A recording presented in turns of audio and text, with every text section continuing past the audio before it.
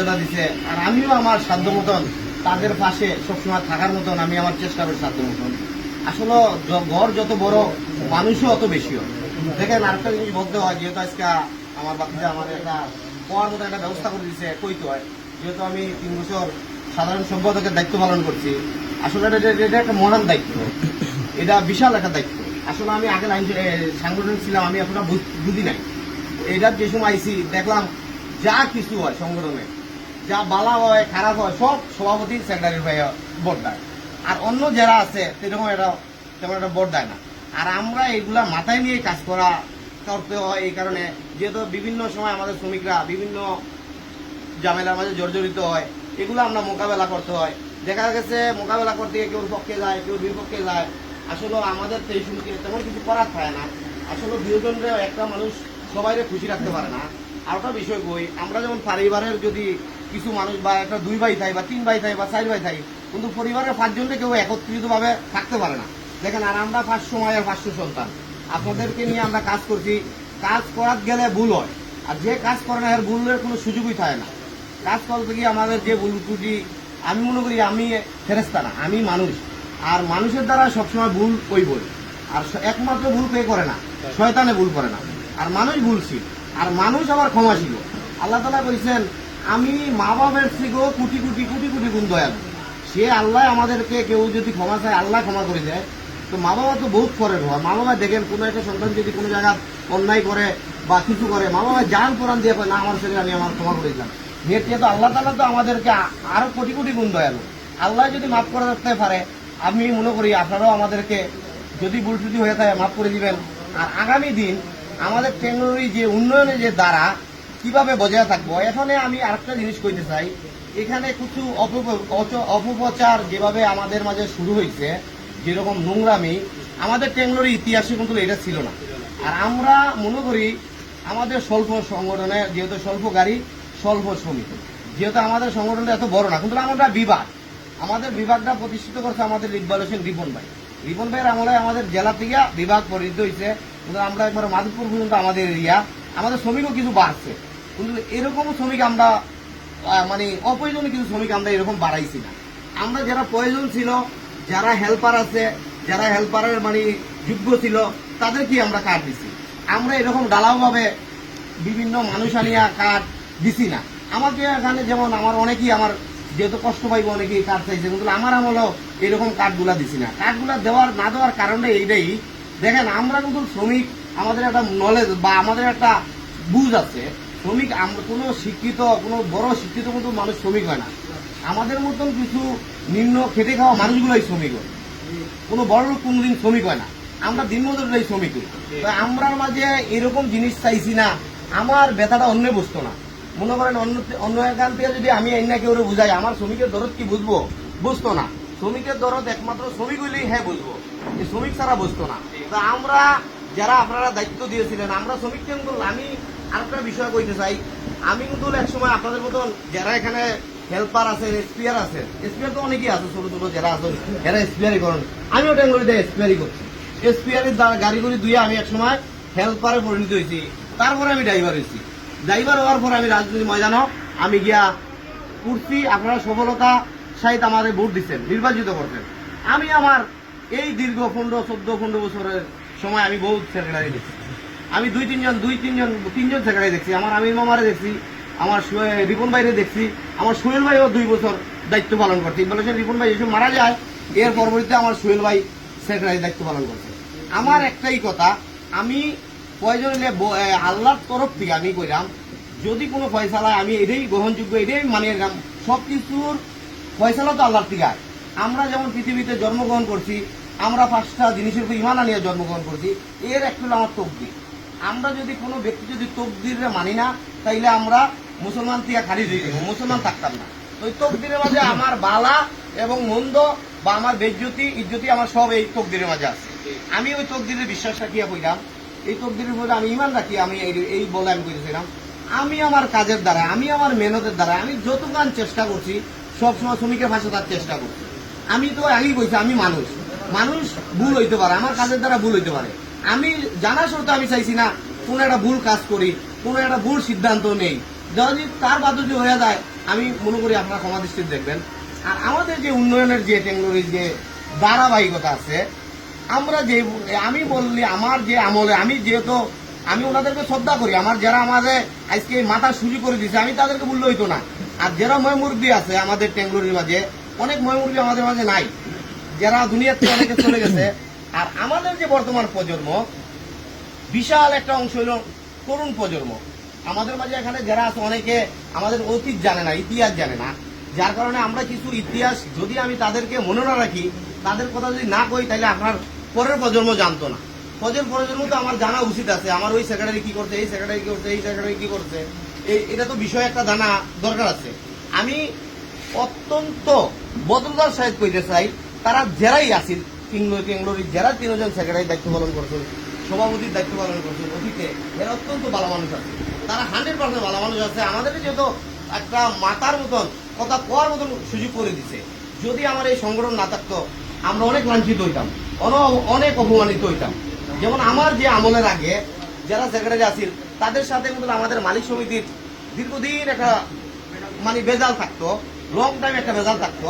তা আমি যেদিন ক্ষমতা আমার যেদিন সেক্রেটারি আমি দায়িত্ব পালন করছি, আমি পূর্বাঞ্চল কমিটির মাঝে একটা কথা বলছিলাম, আমার ফেডারেশন সভাপতিরা উঠিয়া কইছেন আমি আমার এই টেঙ্গরি সিলেটের টেঙ্গরির ইতিহাস আমি বদলাই দিই, ইতিহাস বদলাই দিয়ে তাই না আমার একটা কথাও বলছিলাম, বুঝুননি। তো পরবর্তীতে আমি এই 3 বছর দায়িত্ব চলাকালীন আমি কোনো দিন আমার ফেডারেশনের সহযোগিতা আমি গ্রহণ করি নাই।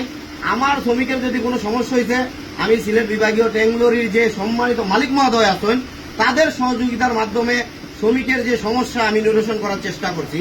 এই কথাগুলো করার কারণ হলো এইটা, আমাদের যে সিলেটের মালিক আছে তারা কিন্তু আমাদের একটা অঙ্গ, আমাদের একটা অঙ্গ। আমরা যারা এখানে আসছি প্রতিটা মানুষই ব্যক্তিগত গাড়ি, কারো ব্যক্তিগত গাড়ি নাই, সবাই আমরা মালিকের গাড়ি চলাই। কেউ কইতে পারতো না আমি অমুকে আমি নিজের গাড়ি চলাই, নিজে টিপ মারি, এরকম কেউ কইতে পারতো না। প্রতিটা মালিকের আমরা গাড়ি চলাই।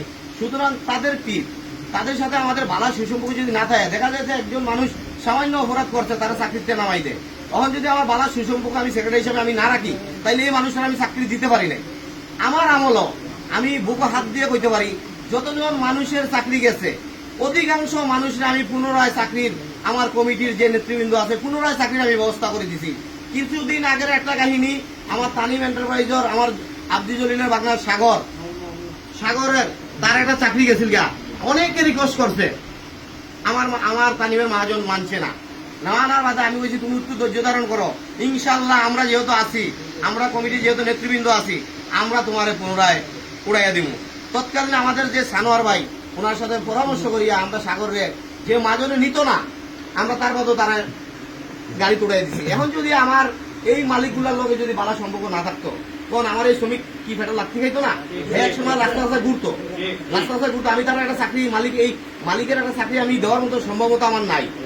এই কারণে প্রতিটা কোম্পানির যারা আমরা আজকে এখানে শ্রমিক আছি, তারা কিন্তু প্রতিটা একটা দায়িত্ব পালন করেন। একটা মালিকর 1 জন মানুষ আছে, প্রতিনিধি আছে।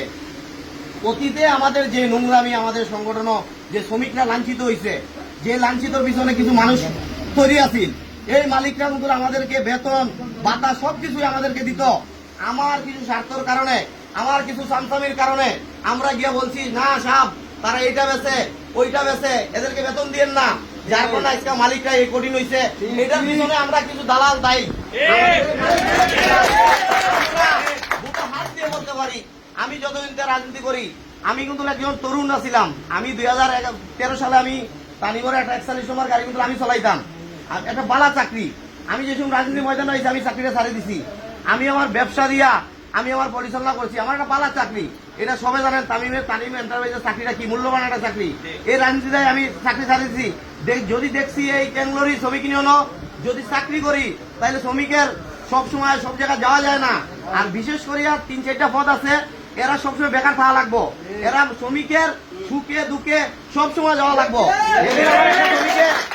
আমি একটা গাড়ি লইছি, কাল লইছি, আমি অত্যন্ত গর্বের সাথে বলতে পারি, একজন শ্রমিক, জ্ঞানী শ্রমিক আমারে বলছে আজিজ ভাই আমি অত্যন্ত খুশি হয়েছি আপনি একটা গাড়ি লইছেন।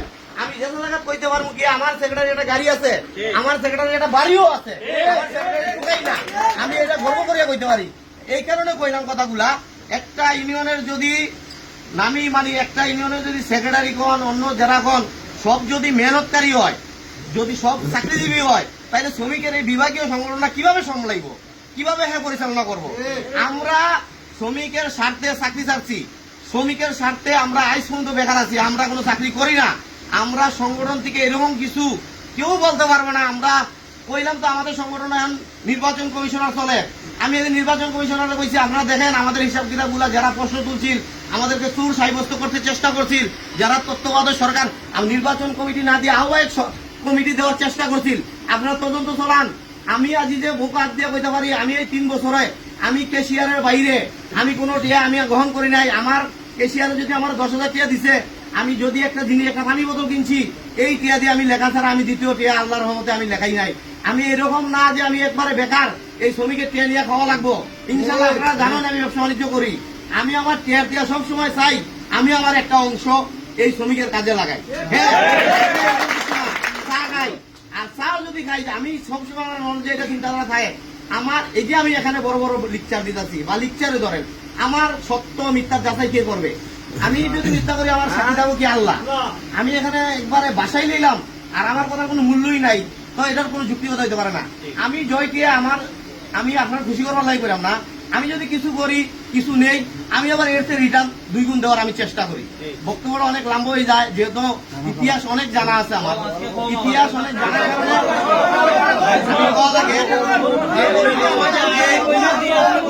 আমাদের যে নোংরামি ছিল না আমাদের টেকনোলজির মাঝে, আমরা যারা এখানে আছি, কেউ আমরা চাঁদপুর আইছি, কেউ সারা বাংলাদেশের মানুষ। আমরা কি অন্য জগৎ থেকে আইছি?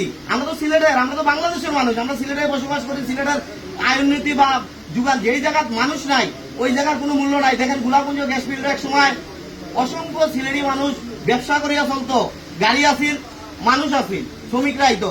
গোলাপুঞ্জ গ্যাস ফিল্ডে মানুষ যায় না, অনেক মানুষ বেকার হয়ে গেছে।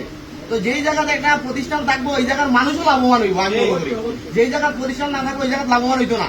আমরা যদি এইভাবে কথা, ইতিহাসও তো আমি এইভাবে দেখি নাই। আমাদের এই আজকা 2001 সাল থেকে আজকা 2025 সাল এ পর্যন্ত তো আমি দেখি নাই আমরা কোনো মানুষের পাঠ করিয়া কোনদিন দেখি নাই, কোনোদিন এটাও মনে করি নাই উনি ওই জায়গার উনি ওই জায়গার। আজকা দেখা যায় বিভিন্ন ভাবে বিভক্ত করা যায়। এই ধরনের মানুষগুলো আপনারা আমার দাবি হইলো আপনারা চিহ্নিত করবেন কারা কারা। এই নোংরা মানুষগুলো চিহ্নিত না করলে আমি আমার ভাইয়ে ভাইয়ে হানাহানি কাটাকাটি মারামারি আজকে এখানে কোন আমরা তো সবাই দেখি আমাদের নিজের আত্মীয় স্বজন। আমরা যারা অন্য মানুষ আছে আমরা তাদেরকে অত্যন্ত আমার ফয়সল ভাই আজকে আমাদের মাঝে এখানে আইসেন, আমরা কত পরিমাণ ভালোবাসে, আমরা ওনারা ভালোবাসি, উনিও আমরা ভালোবাসে, ভালোবাসা টানে আজকে আমার ভাই আইসেন। তো আমরা তো কারোর সাথে খারাপ আচরণ করি নাই আর খারাপ আচরণ করিও না। আমি দয়া করিয়া বলতে চাই আমি এখানে আমাদের মাঝে কোনো বিভক্ত করবেন না। যারা বিভক্ত করতে চায় আমাদেরকে দুই পাড়ে করতে চায় তাদেরকে আপনারা আগামী নির্বাচনে কঠিন একটা জবাব দিবা। আমি মনে করি এটা হলো আপনাদের প্রতি আশা। আমার মতন আজি এই সংগঠন যদি আপনারা নাও রাখেন এই সংগঠনের কিচ্ছু হইতো না, সংগঠনের চুল পরিমাণ ক্ষতি হইতো না, আরেকজন হাল ধরবো, এটাই বাস্তবতা। এখন এটা বিবেচনা করবেন, এটাই হলো একটা স্টাডি। আমরা যারা ড্রাইভারি করি হুট করে কি আমরা ড্রাইভার হয়ে গেছি? আমরা গাড়ি ধুইয়া হেল্পারি করিয়া তার মধ্যে ড্রাইভার হয়েছি। আমাদের সংগঠনের সভাপতি সেক্রেটারিও একটা স্টাডি, এটা একটা গাড়ি, এটার পরিচালনার দায়িত্ব 2 জন ব্যক্তির সবচেয়ে বেশি পর্দায়। এই 2 জন ব্যক্তি মনে করেন এই সংগঠনের জের জবর ফেস এগুলা শিখতে হয়, এগুলা শিখেই তার মধ্যে এই সংগঠনের দায়িত্ব গ্রহণ করে। হুট করে যদি একজনে হুট করে আইলে কি এটা সম্ভব নেই। আমি মনে করি আপনারা আমার একবার যদি আপনাদের আমি যেটা আমি কইতে চাইলাম বা যে কথাগুলা